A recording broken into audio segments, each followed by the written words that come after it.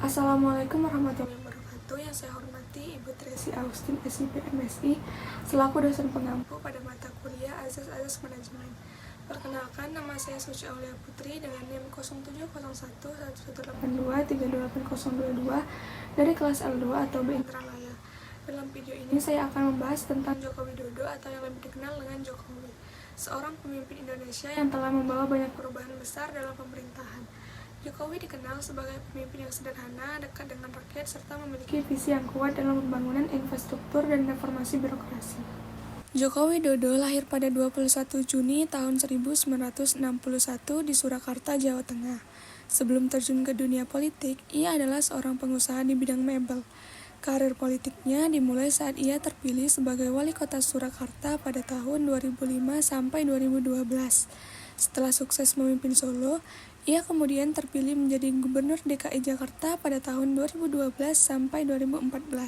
Pada tahun 2014, Jokowi terpilih sebagai Presiden Indonesia yang ke-7, menjadikannya presiden pertama yang berasal dari luar elit politik atau militer. Karena keberhasilannya dalam membangun infrastruktur dan meningkatkan perekonomian, ia kembali terpilih sebagai presiden untuk periode kedua pada tahun 2019 sampai 2024. Sebagai seorang pemimpin, Jokowi memiliki beberapa ciri khas dalam kepemimpinannya, yaitu yang pertama, dekat dengan rakyat dan sederhana. Jokowi dikenal sebagai pemimpin yang sering turun langsung ke lapangan untuk melihat kondisi rakyat. Ia juga sering melakukan belusukan, yaitu kunjungan mendadak ke berbagai daerah untuk mendengar langsung permasalahan masyarakat. Hal ini membuatnya sangat dekat dengan rakyat dan dikenal sebagai pemimpin yang peduli.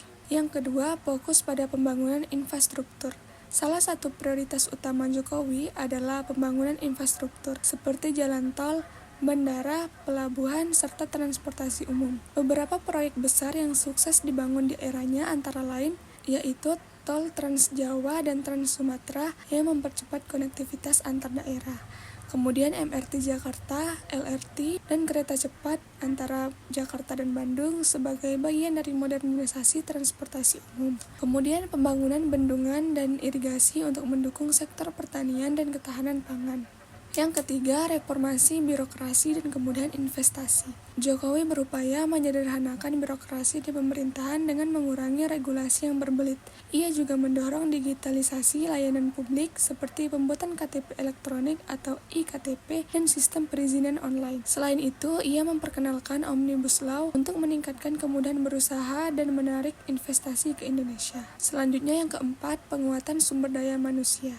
Selain infrastruktur, Jokowi juga menekankan pentingnya pengembangan SDM melalui program Kartu Indonesia Pintar atau KIP untuk membantu pendidikan anak-anak dari keluarga yang kurang mampu, dan program Kartu Prakerja untuk memberikan pelatihan bagi pekerja dan pencari kerja agar memiliki keterampilan yang lebih kompetitif.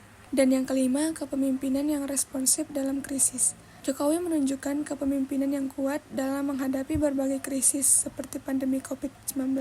Ia mengeluarkan berbagai kebijakan untuk menangani pandemi seperti bantuan sosial, vaksinasi massal, serta pemulihan ekonomi nasional melalui program subsidi dan insentif usaha. Joko Widodo adalah contoh pemimpin yang memiliki gaya kepemimpinan sederhana, dekat dengan rakyat, dan berorientasi pada hasil. Ia berhasil membawa perubahan besar dalam pembangunan infrastruktur, reformasi birokrasi, serta pengembangan SDM di Indonesia. Kepemimpinannya mengajarkan kita tentang pentingnya kerja keras, inovasi, dan komitmen dalam membangun bangsa. Demikian video saya tentang kepemimpinan Joko Widodo. Mungkin hanya itu yang dapat saya sampaikan. Saya akhiri. Wassalamualaikum warahmatullahi wabarakatuh.